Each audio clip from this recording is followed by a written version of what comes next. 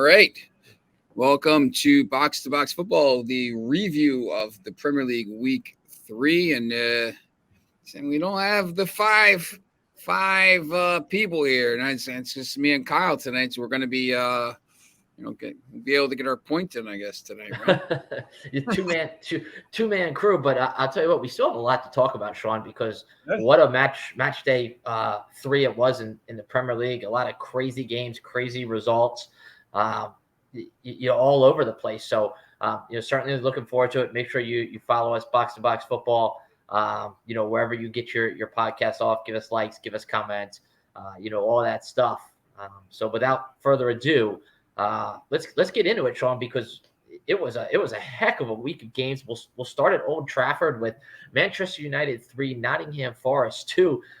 Could not have got off to a worse start for United. Iwanese scores in the second minute to give Forest the lead, his 7th straight game in the Premier League with a goal dating back to last year. And then Willy Bolly doubles the lead inside of 5 minutes with a header. I would say a header, but I'm not sure it was a header as much as the ball hit him in the head and it happened to go in the goal. But then United found itself 2-0 down after 4 minutes. But then the comeback began. Christian Eriksen pulled a goal back in the 17th minute. Casemiro tied it 52nd minute after a well-worked free kick routine. Forrest gets a man set off, and then Bruno Fernandes from the spot in the 76th minute to cap the comeback. But boy, Sean, what were the range of emotions like from a United perspective? It's, when you go down when I've watched enough Manchester United games where, when you give up a goal early and then you're the game's going, and then all of it in the 30th minute, all of a sudden, you got that. It's not that. Then it's 2-0. It's almost like, man, we're just not on it today. But when you just give up 2 goals in the first 4 minutes, it's almost just like what the hell's going on first? And then you're just like, there's a lot of time left. There's 80. Well, now, with the way they do the extra time, there's 100 minutes left. You're just like, we have time to get back into it. And you just have to it just happens sometimes. The first goal was super kind of fluky. It was from a corner. From their own corner, yep. From their own corner. And the ball got, people are killing Aaron Wan-Bissaka. But if you look at the replay, he had his hand up like this. He lost the ball either in the sun or the lights. So that's the first thing that happened. And he's like, so he couldn't find it. He gets beat on the challenge. Then Rashford gets beat. And then all of a sudden, the guy's breaking away. Onana slips. It's just a disaster. It happens. Sometimes it happens, you get beat. The second goal is atrocious. You can't give that goal away. There's just a marking. But when you go down 2-0, it's almost just like you're just like laughing. I'm on Twitter and you're just like everybody's like laughing. Like, this is like, it's just, what can you do? When you get the goal back, though, you have to get a goal back sometime quickly. It doesn't have to be right away, but the fact that they got the ball back, or the goal back in the 17th minute, I think that was big. And just at 2-1, I think at that point now you're going to get something from the game. They haven't lost at home in now 31 games. When they make it 2-2 that early in the second half, I'm pretty confident they're going to win. The red card, people are kind of talking about the red card and the same as the Van Dijk one, and I'm like, if he doesn't take the guy out there, Fernandes gets a shot on target. I understand there's another defender over here, but it's not really the rule. Last man. It's denial of a goal scoring opportunity. Did he deny Fernandes from getting a goal scoring opportunity? 100%. Same with Van Dijk. 100%. Right. And that's kind of the way they've changed the rule in the last couple of years too, where if that's outside the box, that's a red card. Where if it's inside the box, it's a penalty and a yellow card.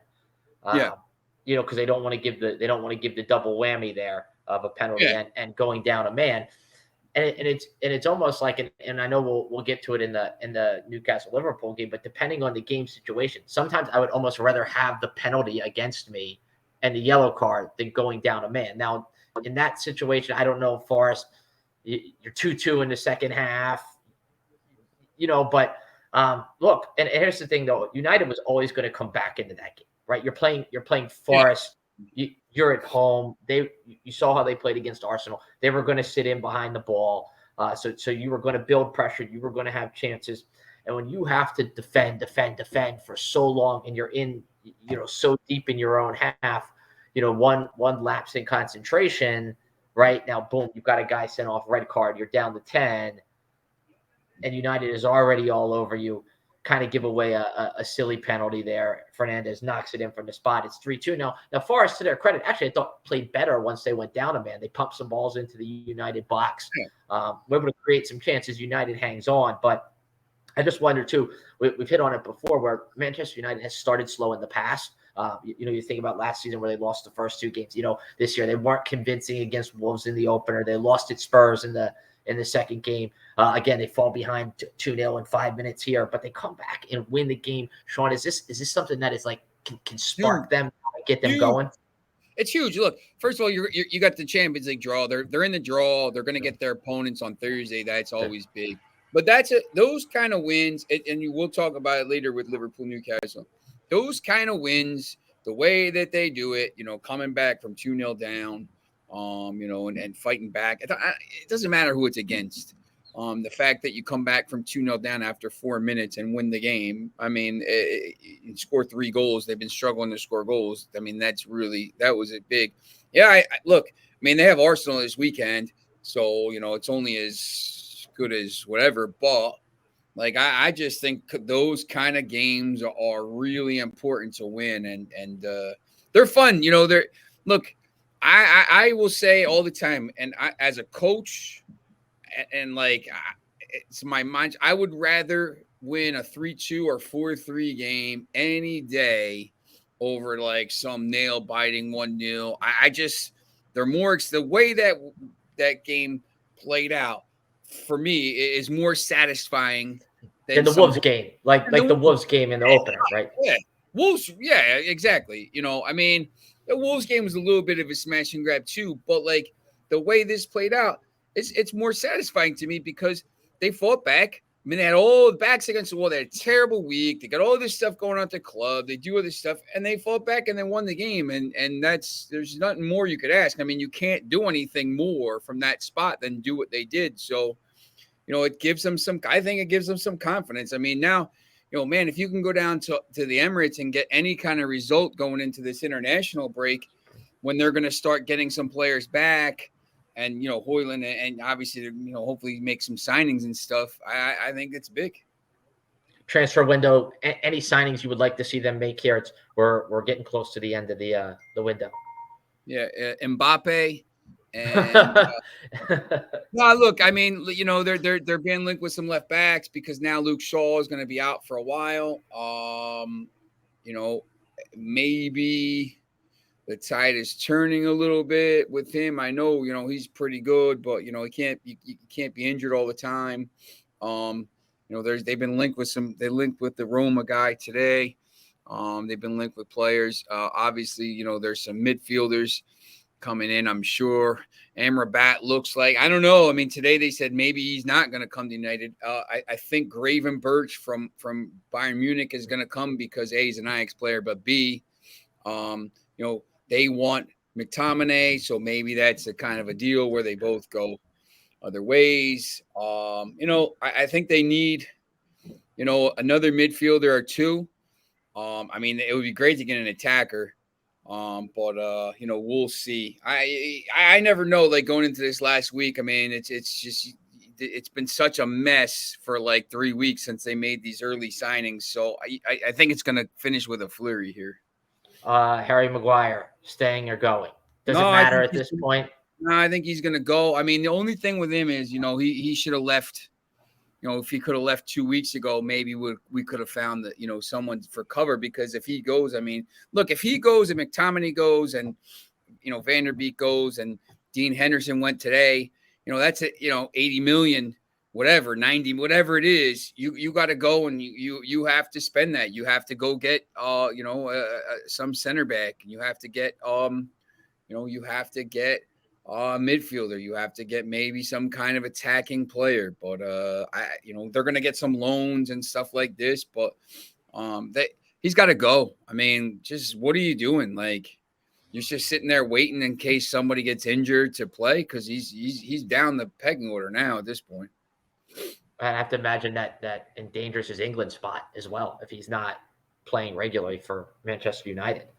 Yeah, you can't be not playing these games. I mean, obviously I know Southgate loves them, but if you're not playing for a year here, sitting, and you don't want to leave because they don't want to give you a bonus. Like, that's why this is what this is all about. I mean, he's sitting there waiting for a train. Like, look, man, I mean, I understand you're due one, but like, just take $6 million and go. Like, if you're making all this crazy money anyway. But the other thing too is I thought Matt Turner was terrible in that game.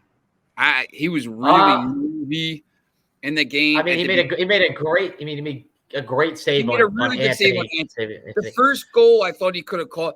There was the corner. If you the corner that led to the first goal for Nottingham Forest, he actually dropped it.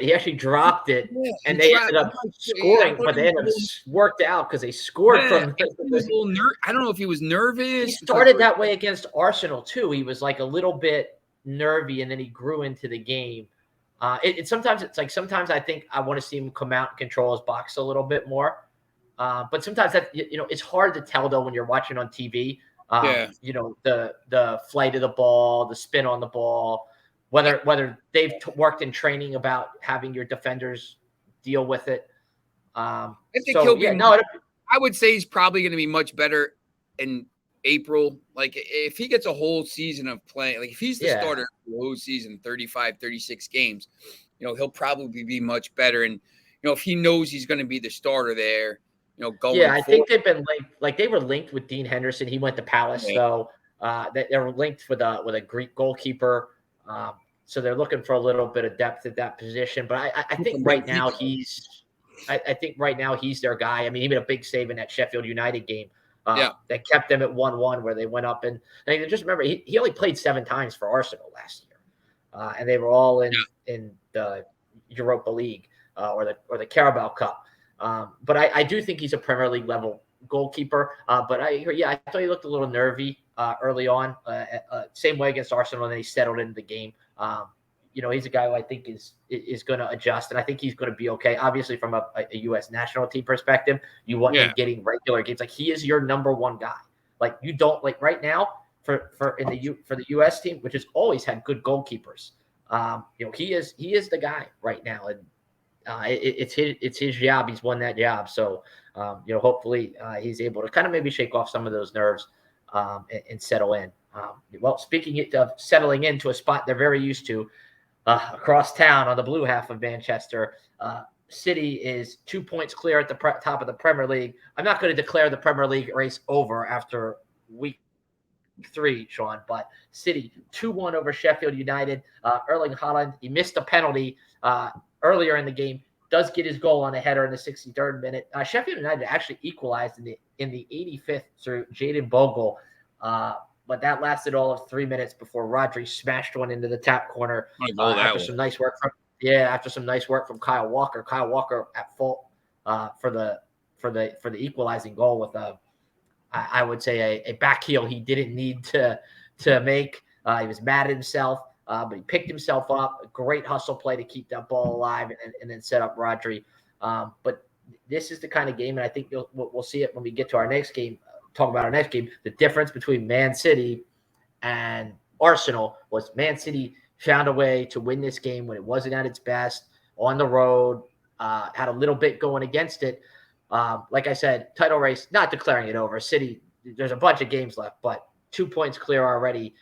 Sean, thoughts on City here? Yeah, look, I mean, they have these games sometimes where they don't play well. I just remember, where was I? I was in my garage a couple years ago. They were playing the FA Cup game against like the 4th division team or whatever, League 2 team. And it was like, same thing. I think they were even like losing. It was either 0-0 or they're losing 1-0. And you're just like, what the hell's going on? They just have these games, and all of a sudden they scored 3 goals in like 5 minutes. They just like they find these ways to win games that other teams. Manchester United used to do all the time when they were winning titles. I mean, they just used to find ways to win games all the time. That's I think was the difference, like you said, between them and Arsenal. It's the difference between them and Newcastle at this point. The teams that kind of finished below them last year. Rodri's that goal was ridiculous. They're just really good. I think it could have been a letdown game because Pep's out for a while. He's out for a month. I understand he doesn't do anything, but he's still, he does do. He's the kind of guy still there. Like he's not physically there right now. He controls the game, so I think that was pretty. I think it was a pretty good win considering the way the game happened. I was watching the other game at the time, and I flipped over to that. Just in time to see Sheffield United score and then City score. So, I was, it's impressive. But look, you got to give a lot of credit to Sheffield United. Nobody thought they were going to have a chance in that game. They got outshot 30-6. Manchester City outshot them 30-6 in the game.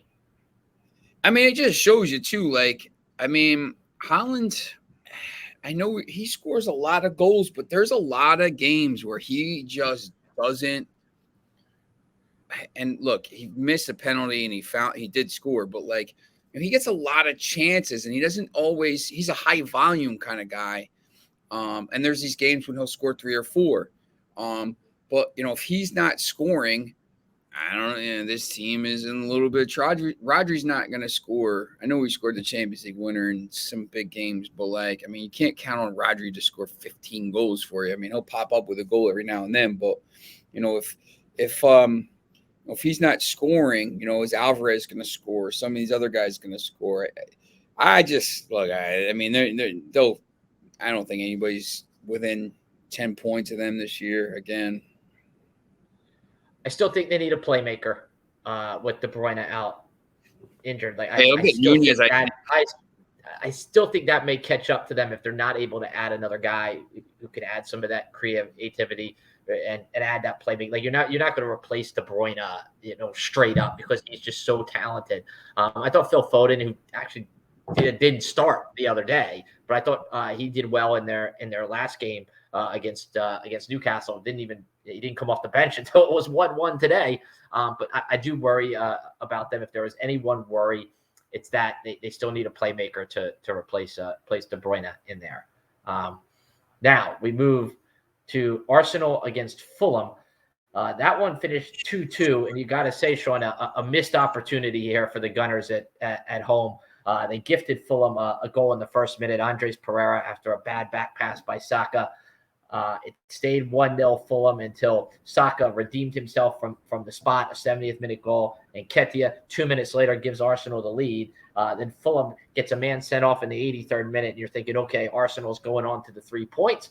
But João Paulinho scores from a corner, and Fulham leaves the Emirates with a point. Fulham never beats Arsenal. They haven't beat Arsenal in 12 years, but it's a great result. I mean, from Fulham perspective, you sign up for 2-2 on the road at Arsenal. But, Sean, this has got to be a missed opportunity for the Gunners. I feel like I said this game could be 2-2 on Friday. I feel like I said this is going to be one of these games where it could be tight at the end. It could be 2-2. I have to go back and look at that. I thought Fulham played great. I mean, the first goal, I don't know what the hell Saka's doing. Ramsdale, I mean, it's like – I wonder if his days are numbered as the starter. Oh, 100%. I'm listening to the guy, and he's like, oh, he's the commentator's like, he scuffed that. He was trying to chip the keeper. I'm like, what the hell are you talking about? He was trying. He did exactly what he tried to do. He curled it inside the near post. Like, I'm like, what? Like, I couldn't believe you saying that. when they went down to 10, I was a little bit worried. Obviously I thought maybe it would get to 3-1, but great goal. Polina's good goal there.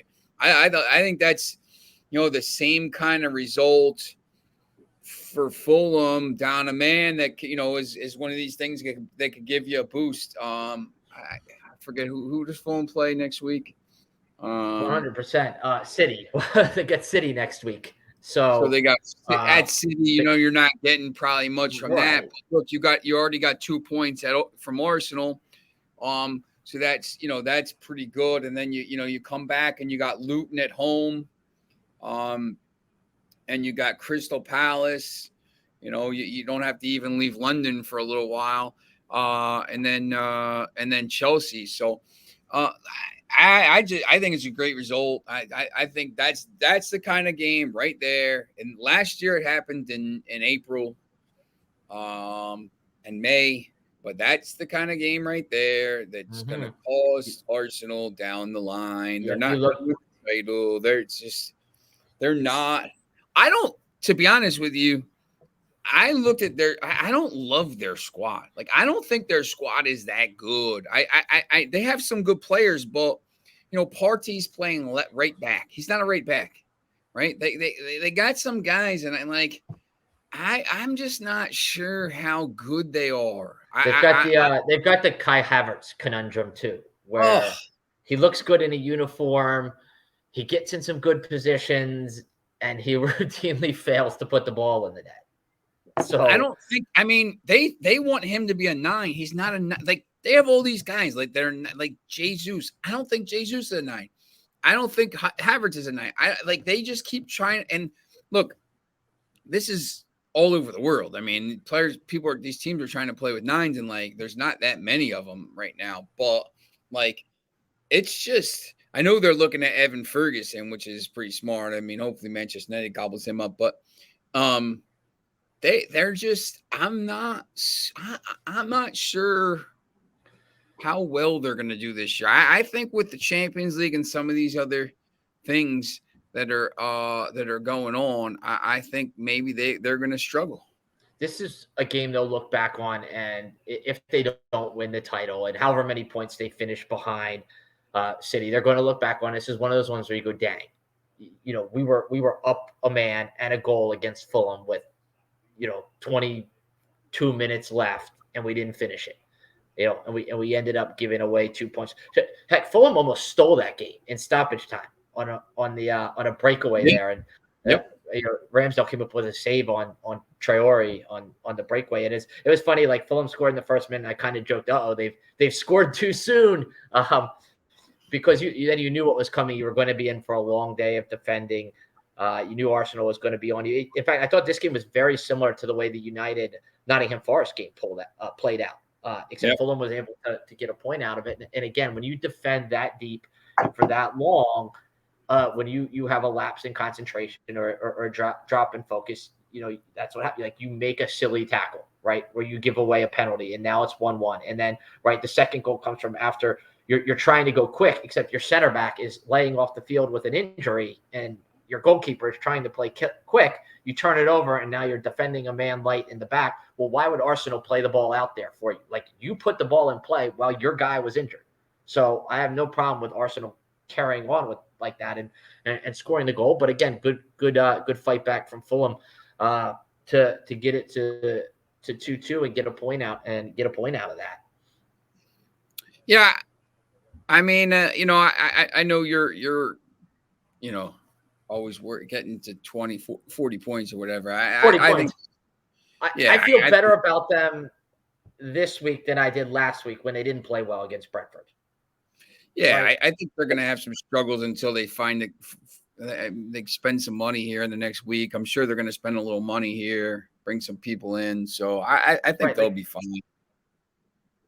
Right. Would I love to see them push into the top half of the table and maybe challenge for a European spot? Yeah, I hope that's the goal eventually for the club. But this year, right now, it's just to stay up.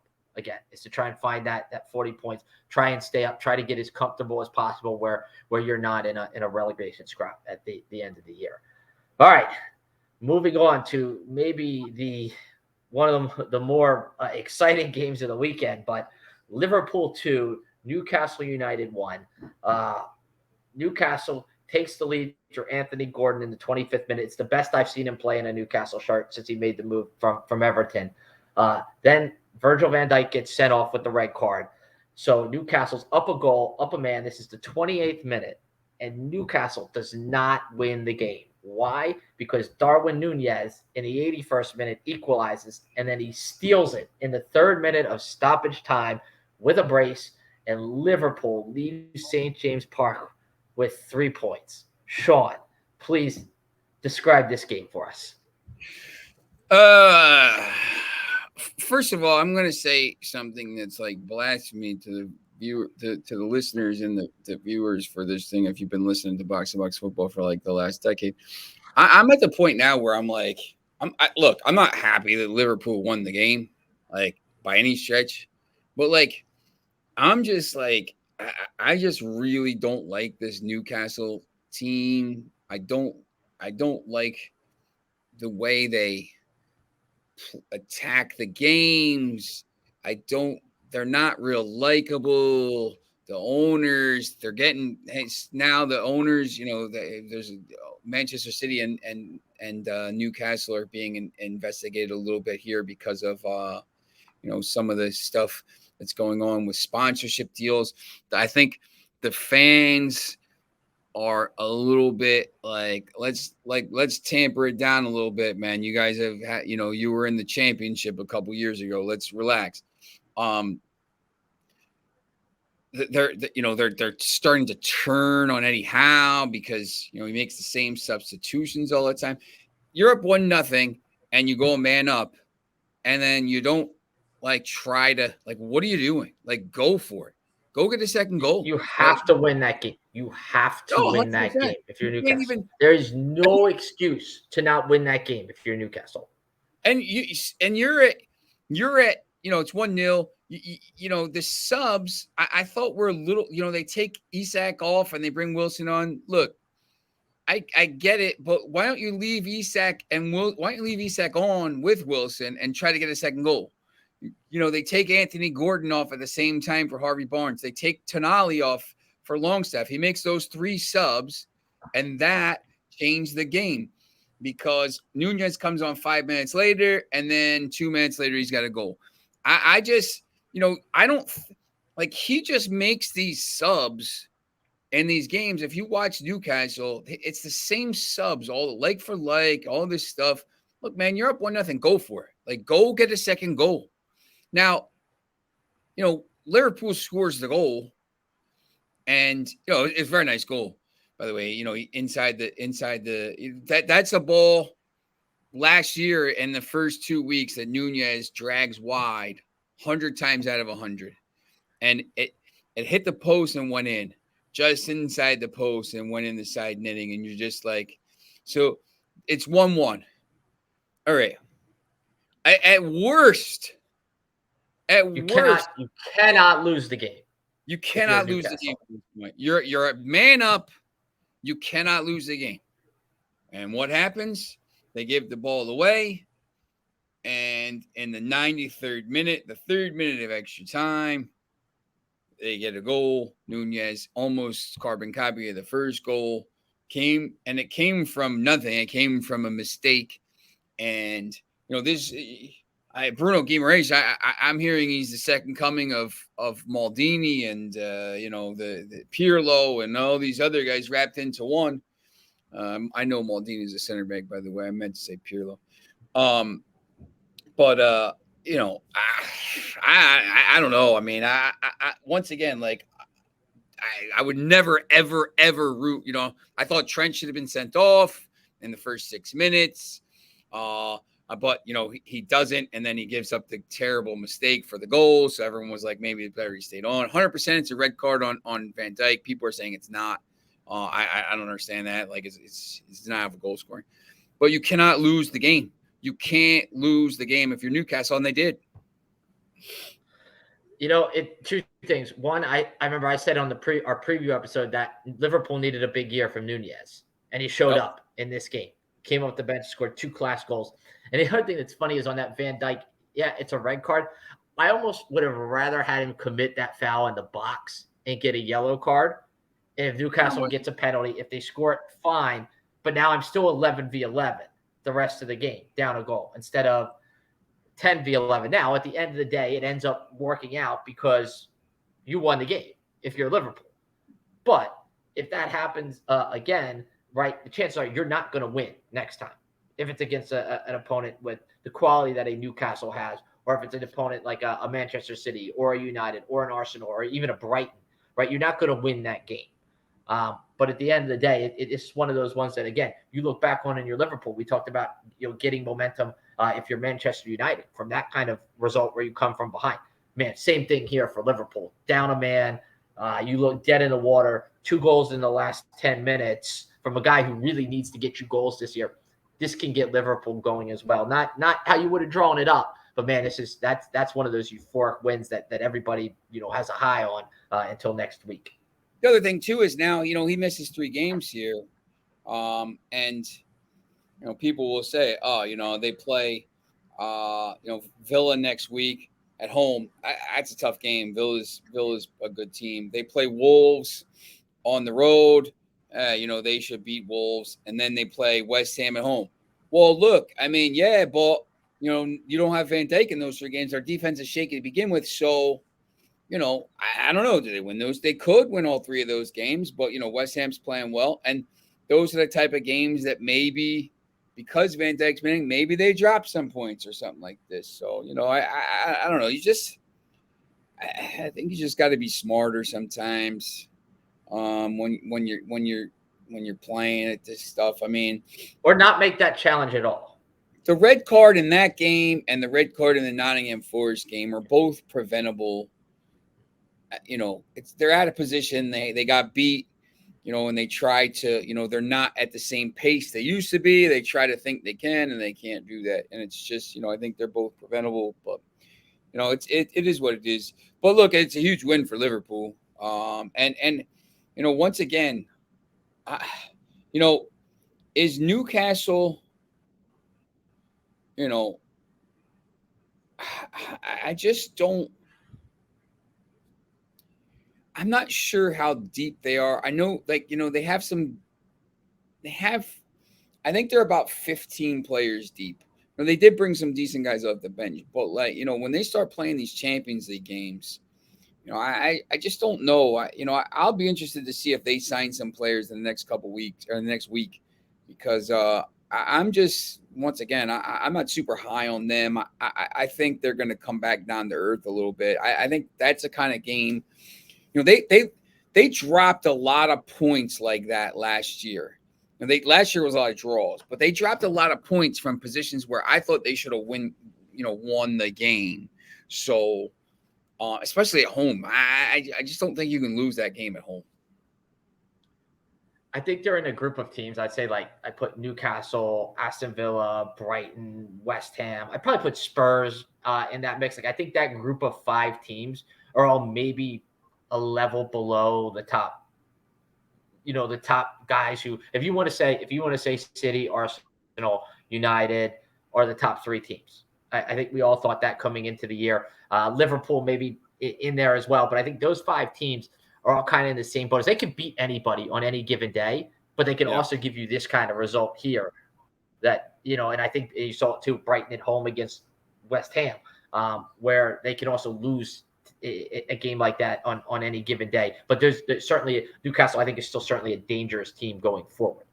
There's one other game I do want to feature here, Sean, and that is Wolves 1, Everton 0 at the bottom of the table. Sasa Kaladzic in the 87th minute winner for Wolves. Everton outshot them 15-11, but the Toffees still no goals through 3 games, no points through 3 games, and they look like they're in big trouble.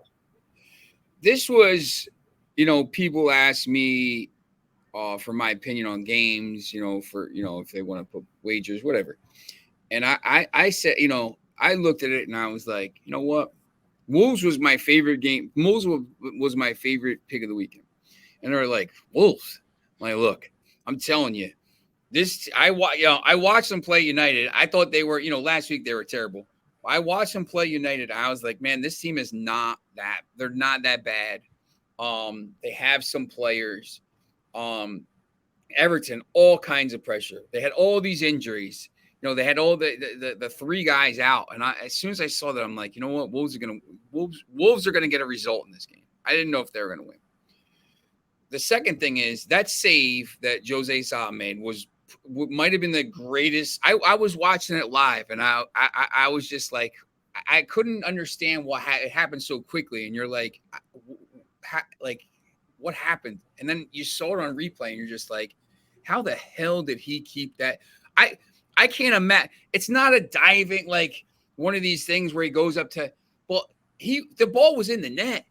He was wrong-footed, and he reached his hand up, and I was just, it was unbelievable. I mean, that kind of save, and then it just kind of galvanized them, and that the big guy to get the goal.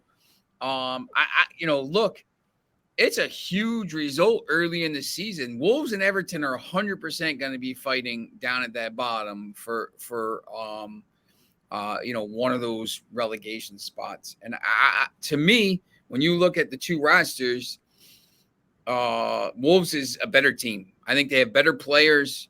They're going to, looks like Matthias Nunez is going to go to City. Maybe they reinvest some of that money. Maybe they don't. I don't know. The owners, create a little bit weird about that. But I just, Everton, like, are they going to spend any money? Who? If you were a player, once Is Sean Dyche in trouble? Like, is Sean Dyche in trouble? I mean, who's going to want to manage that team? What if you're a player? Do you want to go to that team? I don't know. I mean, I wouldn't if I had another choice. I mean, sometimes you don't have another choice, but maybe it's a Premier League job, but for how much longer? And and if they ever go down, they're in trouble. They're not coming right back up. There's no way. Their squad is going to get gutted. They're in so much problems with money, and unless they get the new owners come in. But I mean, when you look at their squad stinks. I mean, it's like, who is going to score a goal for them? Who's there? Actually, Young is starting for them. Like, that's a disaster. That guy James Garner. I mean, I don't know. I mean, I'm hoping Manchester United maybe could go in there and get that Onana kid, but Calvert-Lewin's out, McNeil was out, Iwobi's out. Damari Gray is leaving. I mean, he's going to Saudi, I think.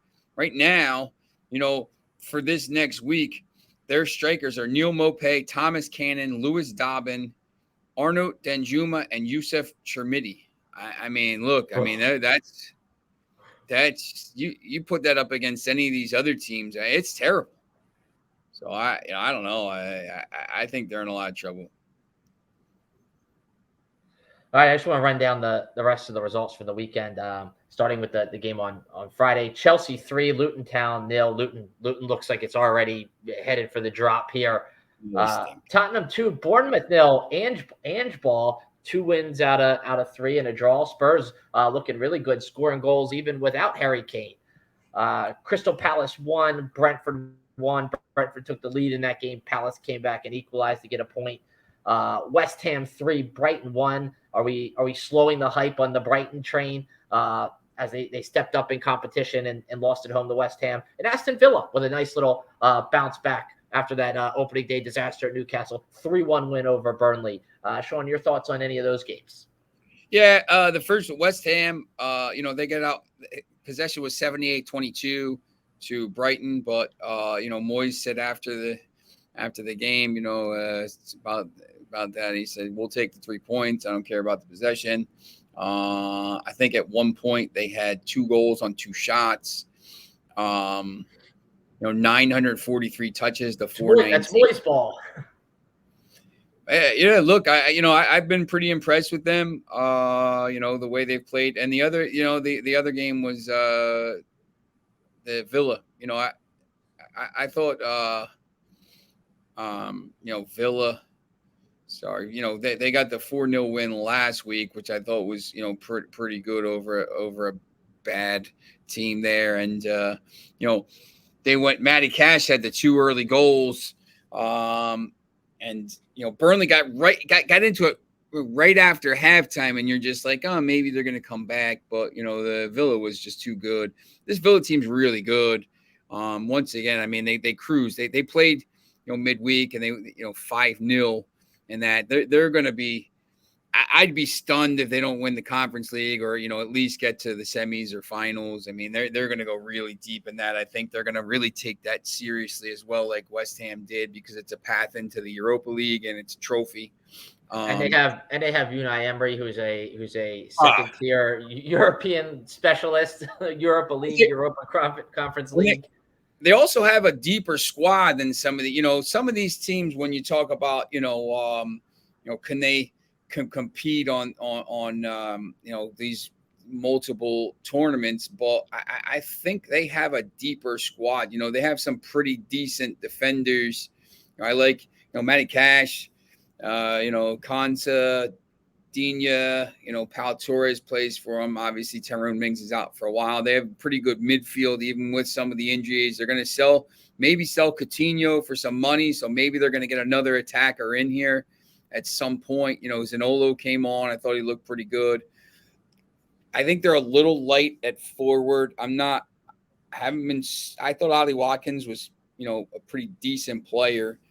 But I've started, he hasn't, I mean, he should have had 3 goals yesterday, and he didn't. Matty Cash, the right back, is scoring. So I think they're a little light at forward. Diaby's a pretty good player, though. So they're a pretty good team. They'll be fighting there in the top 8. But, that's the thing. When you see these, fixtures coming up next week, I mean, there's just not really much of a break for Luton. Luton's got West Ham and Sheffield United, Everton, which is another 6-pointer for Everton early. I mean, there's some pretty, Brighton and Newcastle, Liverpool, Villa, Arsenal, Manchester United. I think there's some pretty decent games early in the season. I think Crystal Palace Wolves could be a pretty good game. So always interesting to see early in the season. Let's quickly go around the world. Christian Pulisic scored again for AC Milan, 2 goals from 2. He's being used correctly. His coach has faith in him. I know it's kind of been a running joke on our podcast here, but I really do think that AC Milan team is really good in Italy. They put together a squad that looks like it's meshed really well. The players complement each other with Giroud as sort of the point. It's funny that they're doing it with a bunch of Chelsea cast-offs who Chelsea could never quite figure out how to put them in the right place and let them cook. And now all these guys kind of have a second lease on life, and they all look happy and together and gelling.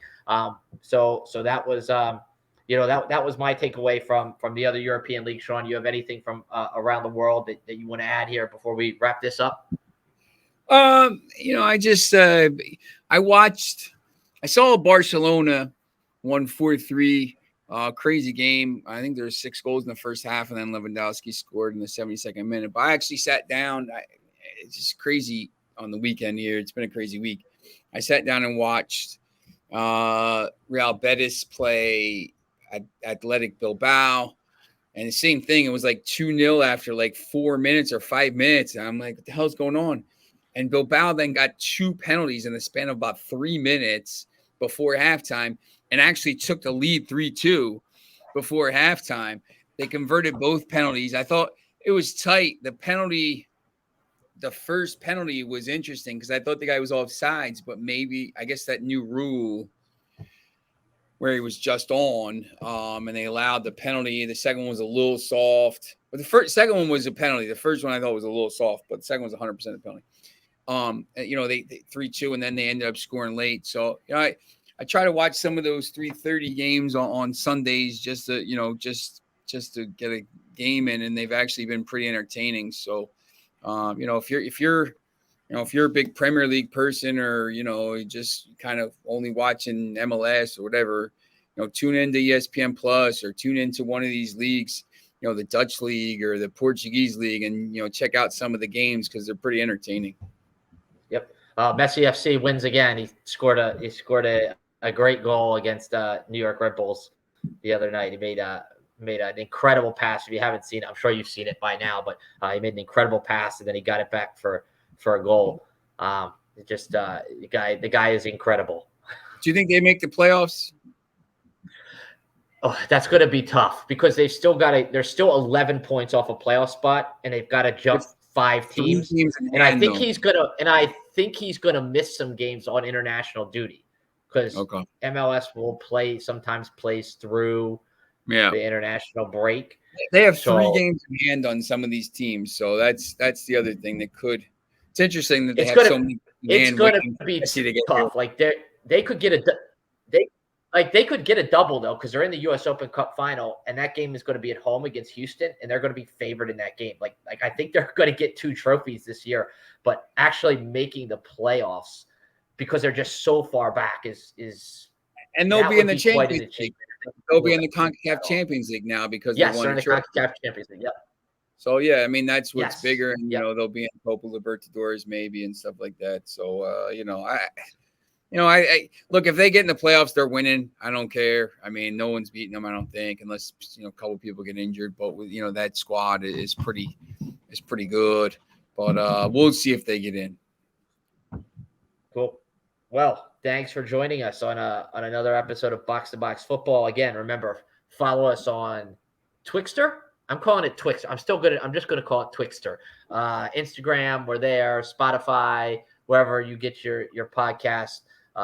Check us out. It's just a heck of a match day 3 in the Premier League. And we'll talk to you again soon. All right.